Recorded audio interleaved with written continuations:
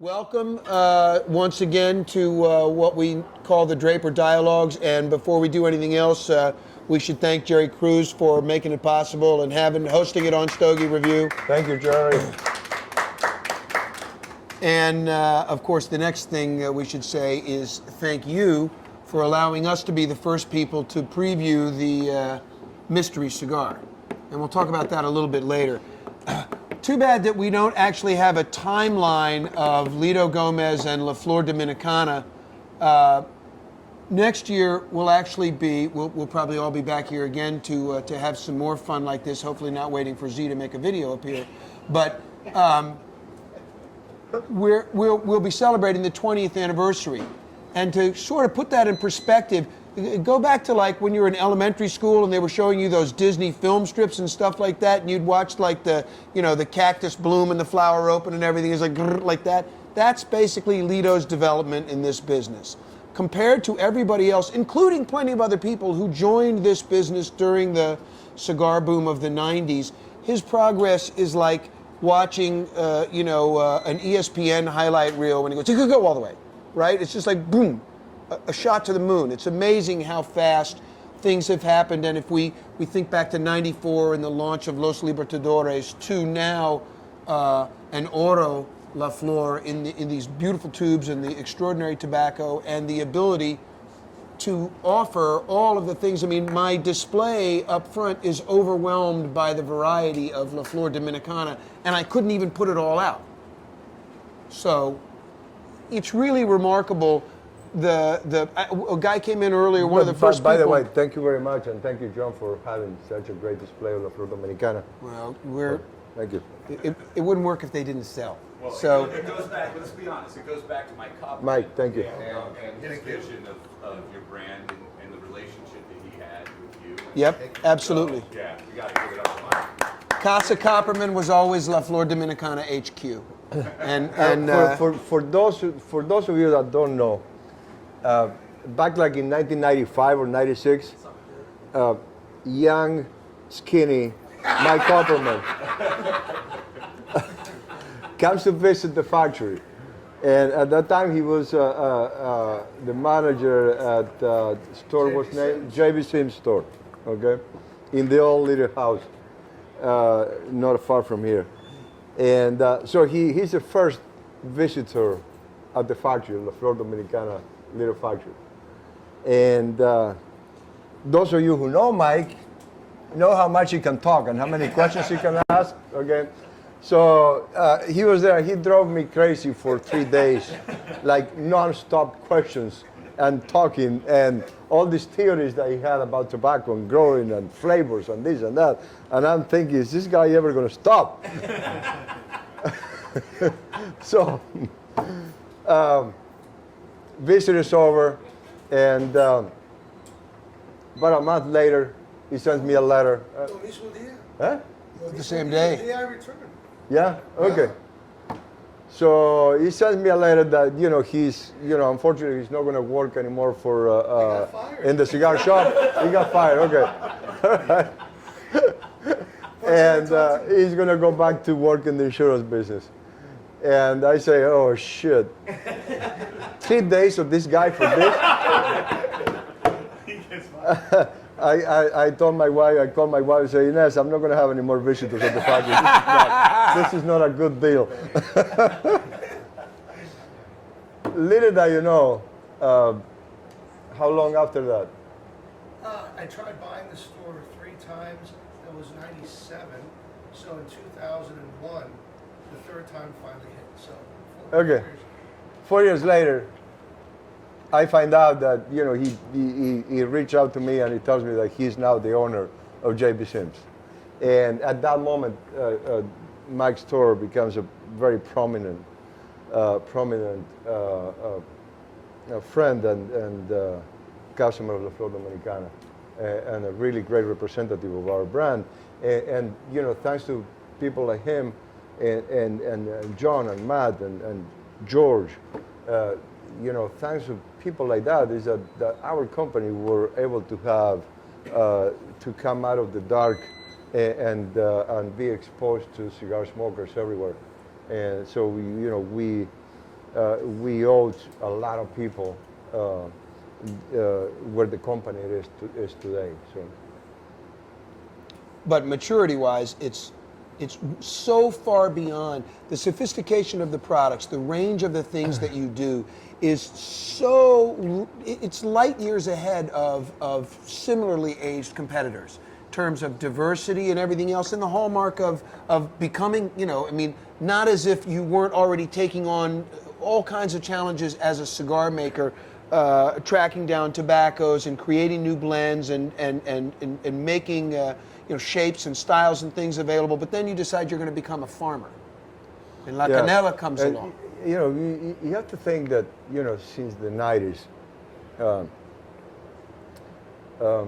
there was a revolution in the industry, and there was a lot of new people coming into our industry. And because of that, I mean, a lot of you today are enjoying the best cigars ever. Great cigars, and from guys that were not there before, that were not traditional, that are part of our industry today, and great guys, great personalities, and also great cigars. I mean, we just happen to be one of the lucky people that came in the 90s and are still here today, and were able to build successful companies. In our case, it's a little different because the focus of our company has been more on creating a huge infrastructure, very solid basis, making our own cigars, and I never been big in doing a lot of marketing and traveling the country a lot, promoting our brand, because basically I don't have time to do it. Why I don't have time to do it is because I like to be at the production side. I figured that the longevity of our company,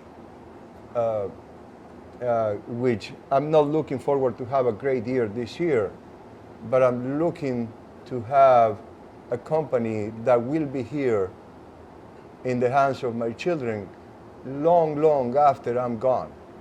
And that maybe that way I will accomplish immortality, because probably long after I'm dead, there may be a picture of me, a small little picture of me somewhere as a founder of the company. And but that has always been the focus and the philosophy of La Flor Dominicana, is so build a huge infrastructure, have your own farm, have your own land, grow your own tobacco, have your own factory, and build your own production, have the confidence that every year the product is going to be able to taste the same as it did the production the year before, because we do have the peace of mind that we have that control, that there's no surprises. Nobody can cheat on us because we do it all, and that is the way that we feel that we know our company is going to be here for many years after I'm gone. It's just because we do have a very solid basis. That's just mainly one of the difference with La Flor Dominicana, and the industry is never going to be the same. 10 years from now, there'll be new faces and there'll be new brands and there'll be a lot of exciting stuff, and that is never going to stop. It's never going to change. There will always be people that have dreams and they pursue their dreams, and they will accomplish things, and we'll bring products to you so you guys can enjoy. So it is going to continue to be like that forever, I think. I'm sure you know the answer to this, but you got an idea what percentage of the tobacco that goes into all the various La Flor cigars is grown at the factory? At the farm, it's 70%. I know the number very well. Yeah, it's very 75%, pretty much. With the biggest percentage of the difference that you're not raising being capa, being wrapper? No, I'm talking about filler. It's Nicaraguan. Mm-hmm. Yeah, Nicaraguan tobacco. That'll be the other big number of that 25% left. And that's probably one of the most significant differences in Dominican cigar making in general, and specifically premium imports products is the inclusion of Nicaraguan tobacco in all kinds of blends that you're producing in the Dominican Republic. Yeah, actually what we do is, we include Nicaraguan tobacco so to smooth out the Dominican tobacco that we grow. It's the opposite way of what happened to many manufacturers. Right. Yeah, yeah. They bring Nicaraguan to kick use out the blends. to pump up the volume, and you're using it to calm everything down. Smooth out our blends. Because the tobacco that we grow in La Canela is just very, very, very powerful. Very powerful tobacco. And now, what are you growing? 4 or 5 different seed types at Yeah, La Canela? 4 basically. Yeah. 4. Yeah, yeah.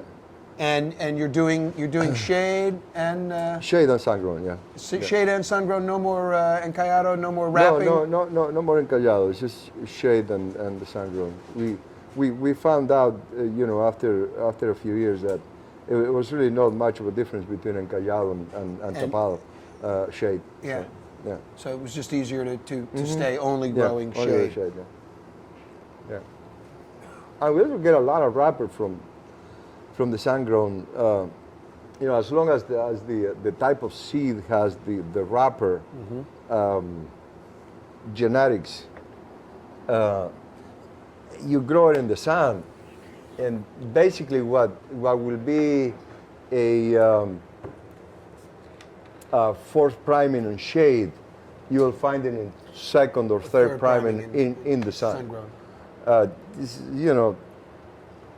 It works like that. The upper leaves in the shade will equal to the lower primings in the sun-grown. Because obviously, the top leaves of the plant in the sun-grown tobacco, they are not as clean, there's not as smooth looking, and they get too thick because of the exposure to the sun. And so you will look for the wrappers in the lower primings. Pretty much, that's the difference. And you're getting a good yield. And you definitely get a good yield. You get a better yield in the shade. Shade. Yeah, always. Yeah. So the Oro, what we were talking about before, the beautiful tubes that have come out and obviously been, at least for us, a huge success. People are really responding. And yeah, they have been all over the country. Yeah, we're very happy with the look around in this room and you'll see a bunch of those tubes peeking out of people's pockets.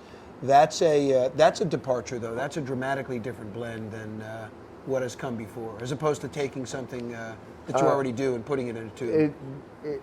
It is, but it was. If you go back to a few years back, 2005, 2006, when we released the Coronado.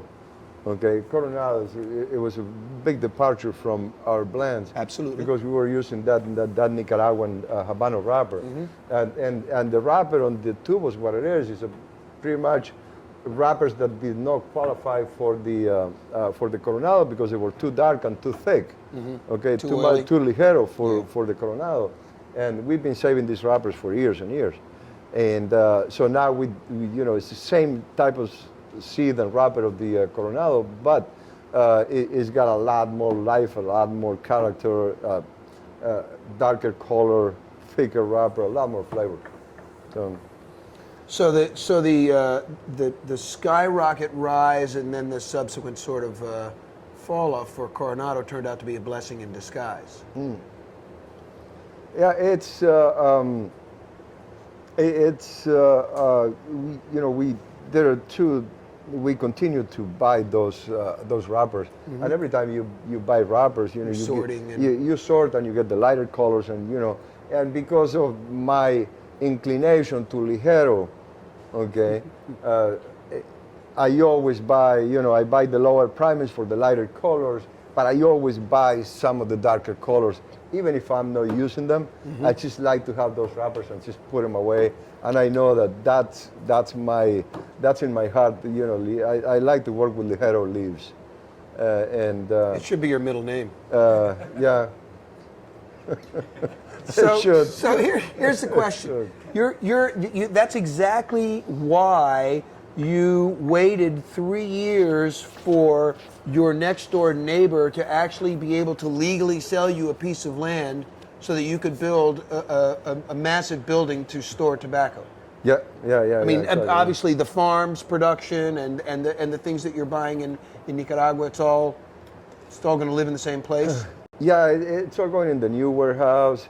Oh, you know, also we've been buying more land next to the farm, so the production of the farm is bigger, is larger, and so we need more space to ferment tobacco. We need more space to age the tobacco, and you know, every year our inventory grows, and we need more space. Did And, you? and then on the other side, I mean, like, you know, we had a room, you know, as large as this room here to dry tobacco, dry filler for the rolling room. In 1997, it was a big room for that production that we had, okay? It looked big then. It was huge. So as the production of the rolling room grows, more rollers and more rollers and more cigars, so that this room now doesn't produce enough filler, dry filler for the rolling, for the actual today's production in the rolling room. So now we need to move that room from the rolling room to another warehouse that is bigger. So we need a lot more space for a lot of departments. That was the reason for the increase in size. Did you have a grand opening ceremony for the new building? I will have it the week of the 18th. So you're going to do it as part of the The Pro Cigar thing, yeah, we will do like a ceremony with, it's going to be Local a family dignitaries. thing, yeah, and a priest and the mayor of the little town and everything. We're going to do a formal thing to inaugurate that. Yeah, like To bless everything, it. like everything else that you do, though, it's beautifully conceived and it's executed to a fairly well. I mean, the factory itself is the prettiest, literally the prettiest in the Dominican Republic, and that's saying a lot because there's so many things that have happened in the Dominican Republic since the boom of the 90s. The facilities have expanded, the quality, the caliber, the uniformity of how the product is handled. All of that has become much more sophisticated, and yet still, your place is like the Disneyland of factories. I mean, it's magnificent. You could eat off the floors in the rolling room. It's amazing, and I trust me, I guarantee that couldn't happen a lot of places besides that, and not least of which is our old Los Libertadores Tamboril cave. He called it the dungeon. Yeah, it was that wasn't too far from the truth. It It was the rise from that to today is, again, like I said, it's like time-lapse photography. It's absolutely brilliant. But I also want you all to know the factory looks amazing. I mean, it really does. It's I mean, impressive. you haven't seen in real life what we have done, but if it looked really nice before, now it's just a spectacular looking place. I mean, Gorgeous. we come to the end of the day, and it'll be 20 employees of the factory sitting down and hanging out in the new area, the new gardens of the factory. They just don't want to go home. They just want to hang out. Just and, relaxing we're instead of- smoking cigars and sitting down and, Yeah. waiting for the night and, the lights go on and, it gets 8 p.m. and we're just still smoking cigars at the factory. We don't want to leave. That's pretty much what's happening. which is extraordinary. Yeah. As opposed to the mass exodus that you see at most of your competitors at the end of the workday. It's like it translates into their love for the product that they're making. into their pride. Yeah, absolutely. It's But but that's visible in every cigar. Do a meeting with the guys, and they see what we have done, and they feel proud of being a part of the company. Everybody in town is talking about what La Flor Dominicana has done. And these guys are La Flor Dominicana, and they take a lot of pride. And I did a meeting with all the employees, and I said, guys, why do you think I do this? I could have just done it very simple looking. I will accommodate the same amount of tobacco. I will have the same amount of space. So why do you think that we go all the way to the beauty of this facility, okay? And it is because we want to do better. We want to do more than we're supposed to. We want to do better than we're supposed to. The standards, we need to raise them. If we raise the standards, everybody else do. And the industry gets better. And that same philosophy is what you guys need to use in your daily work. Yeah. You know, I'm setting up this kind of facility for you and for La Flor Dominicana, and you know, that pride that you have in working in this facility is the same pride that you should have in your own little department at the factory in the work that you do every day. You know, if you think you're doing it good, you know, just do better. Just do better. Just be outstanding. Don't be happy with being very good. Just be outstanding. Go the extra mile. You know, be better than good. Be better than great. And this is what you know. Try to transfer to all our employees so they do better work, and they definitely take a lot of pride in working with La Flor Dominicana for sure. And that same pride from the top down is exactly why later this month at the festival, you will be inducted as the newest member of Pro Cigar. 15 years too late, but you know, it's extraordinary. And that Pro Cigar is the Dominican Manufacturers Association for the cigar business, and it's honestly, it was an idea ahead of its time in terms of the business when it was conceived, and it has grown by leaps and bounds in terms of their involvement with the business and what they do for their members and how it protects you as a manufacturer. And Litto was they wanted him long before this. They wanted him to be a member long before this. So I'm happy that you relented and let them bring you into the fold. Yeah, it finally happened, and I'm very happy to be a part of it. But congratulations, that's what I say. It felt very good. Thank you. And I presume that they'll have some to do about that during the festival. Yeah, show. They'll do an introduction and during the festivities, and it already happened the first time last week. We did a conference press, a press conference for the local press, and all the cigar manufacturers were there, and they introduced me as a part of Pro Cigar, and you know what? It was a great feeling. Yeah. Really great feeling the way they introduced me, and it was just a great feeling to be a part of that. And these guys are all my friends. Yeah. Even though I didn't participate was not a part of the organization, but they were all my friends.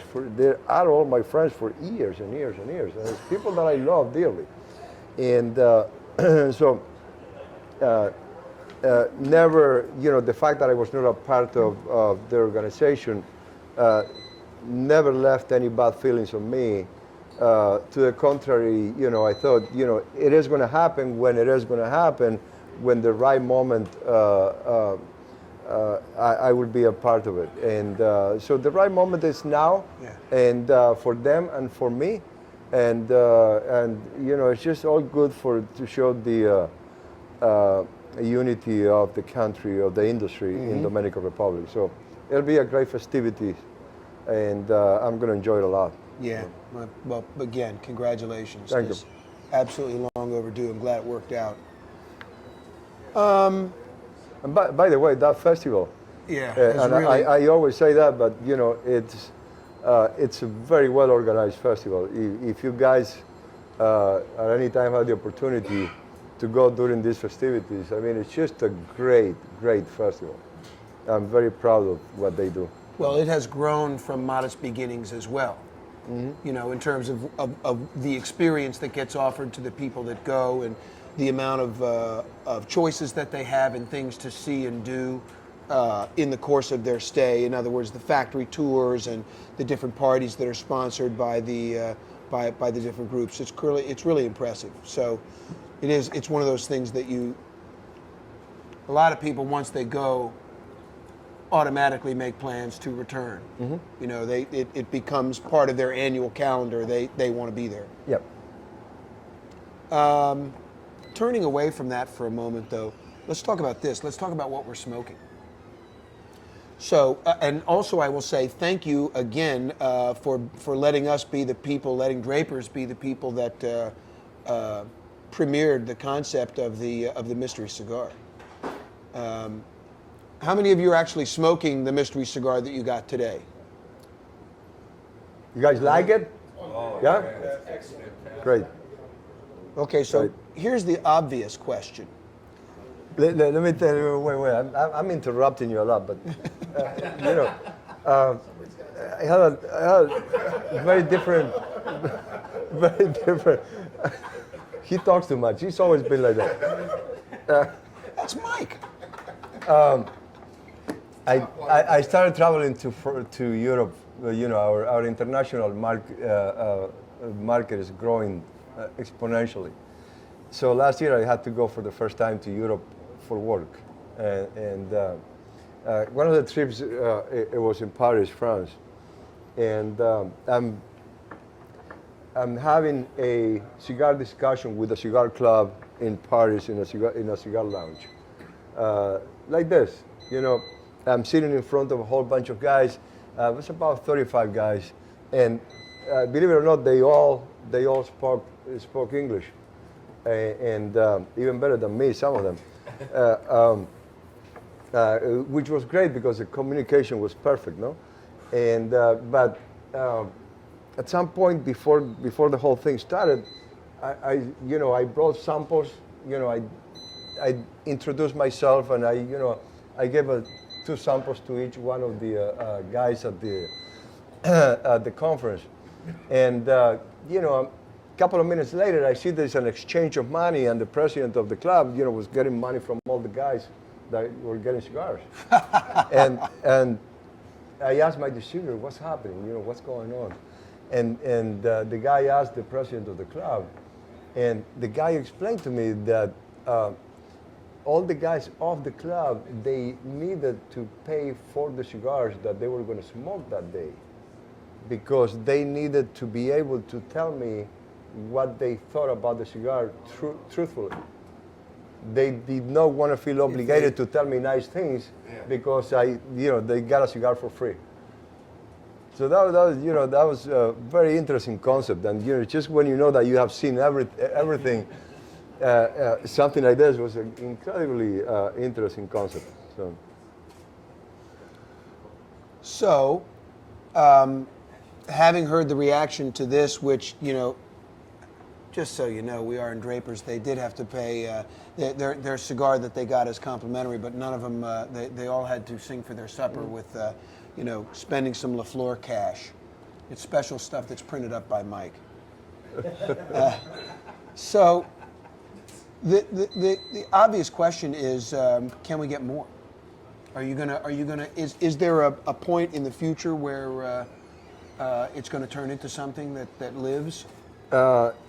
It could happen in the future. I mean, it happened before with the Chorchilla Especiales, with the pigtail. Exactly. The longest cigar name in the world. La Flor Dominicana, Chorchilla Especial, Natural Oscuro. Yeah. Exactly. And it happened with the Chorchilla Especial, so I'm not discounting the possibility that eventually the cigar will be in the market, if we do get a lot of requests from the consumers. Why did you make retailers. Why did you make this shape? Because it's a cigar smokers. I agree. Smoke. I love it, but it's not. It isn't. What everybody's coming out with. Their new 60, 70, 80 ring gauge cigar. This is a great way to taste tobacco. But who would have thought of the digger? Well, I know you, but when everybody was making short cigars, because there's no time to smoke, or there's regulation, or this and that. Okay, who'd have thought of such a huge cigar, and that it'll be as successful as it is? And so many people smoking the diggers and competing for time, smoking time, it's just the digger took a life on its own, and who would have thought a size like that will be as well received as it was. So, and nonetheless, this is a size that is it's a great way to smoke a cigar in a size like this, and great cigar smokers love this size. It reminds me in size and execution of a LaFleur 2000. With the style of the press and everything, and it's such a balance. It's really beautiful. I know we can't really talk about the tobacco because you want it to continue to be a mystery cigar for everybody that gets it down the road, but the blend is superb. And I love, once again, that you have differentiated from Gran Maduros, Suave, Ligero, Double Ligero, Cameroon. No, it's. I'm happy with the reaction, that I saw yesterday at Drapers in DC and today here. And actually, this is the first time that I smoke it in a controlled air environment, like with a heater on, because there's always a big difference between smoking in the fresh air in Dominican Republic, on basically with the same air and humidity of the outside in a tropical country, as opposed to smoking a cigar in a very dry air like what we have here at this moment. Which is the environment many smokers. The most smokers, Exactly. smoke cigar, whether, in the winter, in the summertime you do it with your air conditioning, and there's always a controlled air environment when here in the States, most of the time, when you smoke a cigar, it's either on air conditioning or in the heater. Yeah. And so it's, and I'm enjoying the way the cigar tastes in this environment. But let me ask you a question. How is there a way to quantify or to describe the difference in how it smokes when you're at home in the factory to here? I mean, where do you think is the chief distinction in the performance difference? It's because they're burning beautifully. They should burn better. How long ago were they made? These cigars were made 3 months ago. Yeah. And so they're very well set, and what I find a little bit is a little bit on the drier side on the palate. It's like smoking, drinking a fruity wine, supposed to drinking a drier wine. That's pretty much the difference that I taste from Dominican to controlled air environment like here. I think the little bit of dryness allows that flavor that I was talking about before at the center, that I think it's cooling, it's almost minty. Yeah, it gives you this new it comes nuances through of flavors. Yeah, right, when it's a little bit dry. Beautiful.